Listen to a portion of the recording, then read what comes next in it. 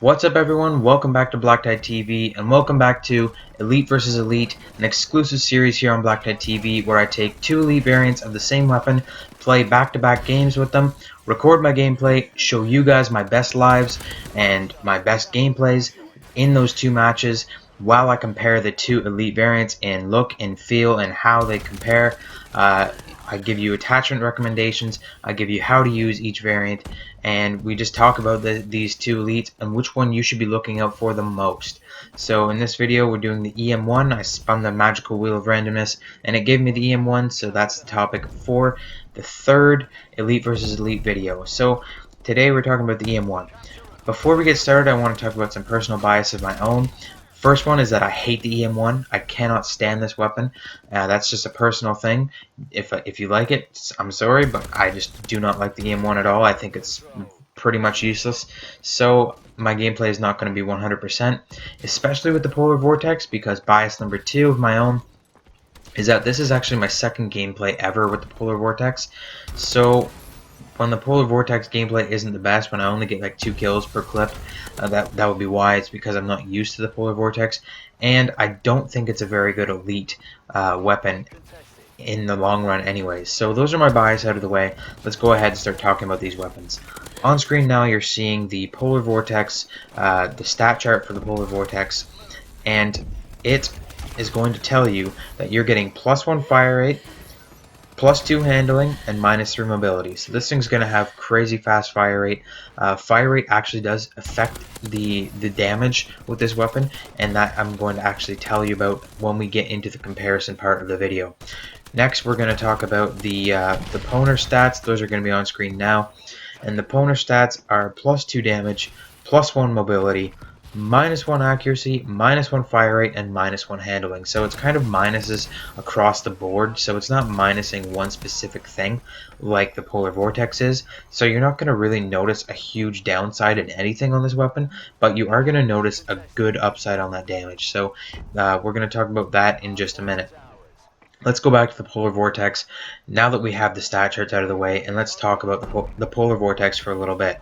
The extra fire rate means that you're going to get more hit markers faster, and that is actually a good thing with a beam weapon like this, is because the beam, how it works is the longer you hold it on your enemy, the more hit markers you get, the more damage you do.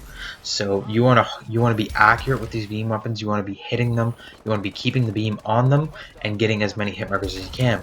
Increased fire rate means that the beam is going to be traveling faster, meaning that you're going to get more hit markers the quicker. So say if you're aiming the Pwner at an enemy and it takes, I don't know, let's just say for instance, this is not how long it takes by any means, but say it takes 3 seconds to get a kill by holding it straight on a guy, the Polar Vortex might take 2.5 seconds because the fire rate is up. So you're going to be getting more hit markers faster, and that's a very good thing with the Pwner, or with the Polar Vortex, I mean.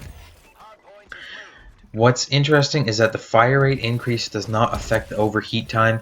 This is just hand tested. I could be wrong. It could affect it by like milliseconds, but as far as seconds go, I hand tested it, and the overheat time does not change, even though that you're going to be firing a beam faster. So that's good. That's a really good thing, because if it overheated quicker, that would be a huge downside to the Polar Vortex, but it doesn't, so don't worry about that.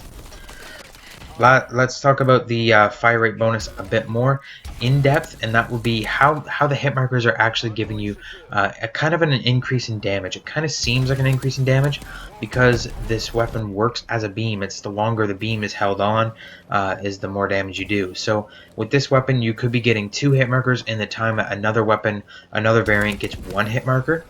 So that means that this thing is going to be killing just as fast as an increased damage. So the +1 fire rate, I'm going to say, is almost equivalent to a +1 damage. So that means the Pwner only has a +1 damage increase over this one if you're talking about it in the long run. So the Pwner is not that big of a deal, bigger than the Polar Vortex. So it doesn't have a huge advantage over the Polar Vortex in the damage area, in the time to kill area, I should say. The bad side about the Polar Vortex is the mobility. Oh my god, guys, the mobility is so bad. If you're not running quick draw on this weapon, you need to like, go to school and learn something, because this weapon cannot be used without quick draw. First off, it's a heavy weapon, so its aim down sights is already super slow. And then -3 mobility, that's your aim down sights time. So you're going to be aiming super slow. It's like takes like 4 years to aim down your sights. It's ridiculous. Just keep hip firing. Stop aiming down the sights at all, and make sure you're running quick draw if you do plan on aiming down the sights in any aspect whatsoever. But the +2 handling is actually +2 hip fire accuracy. So your hip fire cone on this weapon, this thing's like a beam of death when it comes to hip fire. So you don't really ever need to aim down the sights with this weapon. So if you're not planning on it, do not ever aim down the sights. And even if you're not planning on it, just run the quick draw anyways, because you'll just thank me later. The quick draw will make up for most of that loss of mobility, and it will help you to aim down sights at most ranges, or at all ranges, in quicker time. Is the big point here, is that this thing, you do not want to be aiming down the sights. You don't want to be running into a building and getting caught off guard and have to aim down your sights to kill a guy. You just want to be able to spam it from the hip. Run gung-ho if you have to, if it dissuades you from aiming down the sights, but just do not aim down the sights or get quick draw for this weapon. For the Pwner, let's talk about that now. I think I've ripped on the Polar Vortex a little bit too much now, so we're going to move over to the Pwner. The Pwner has -1 accuracy. Let's talk about the one bad thing before we get into the entire weapon. It's got -1 accuracy, which means its kick is going to be even worse.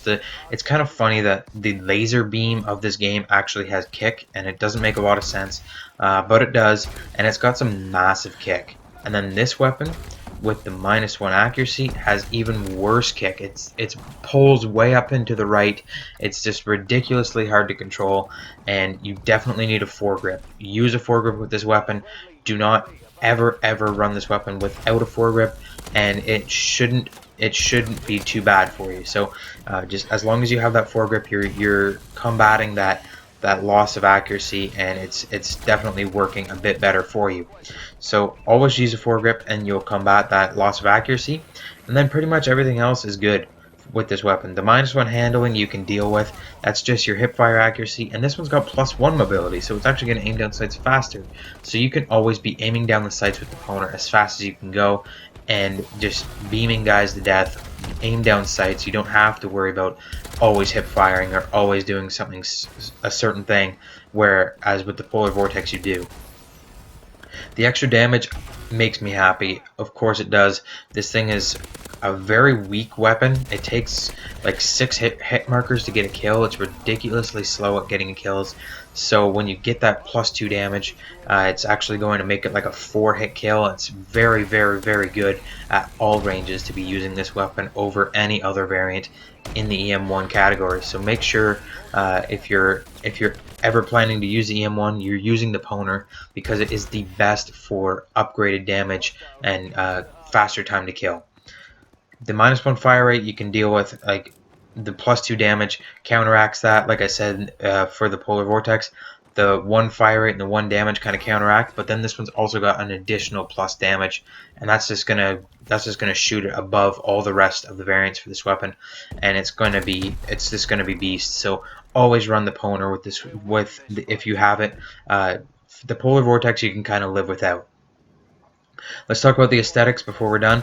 I like the Pwner aesthetics way better. I love the golden look, and it's got like a pattern on it too. And the only thing that I like about the Polar Vortex, as far as looks go, better than the Pwner, is I like that big green beam. That green beam is awesome. It's like the Hulk or something like that.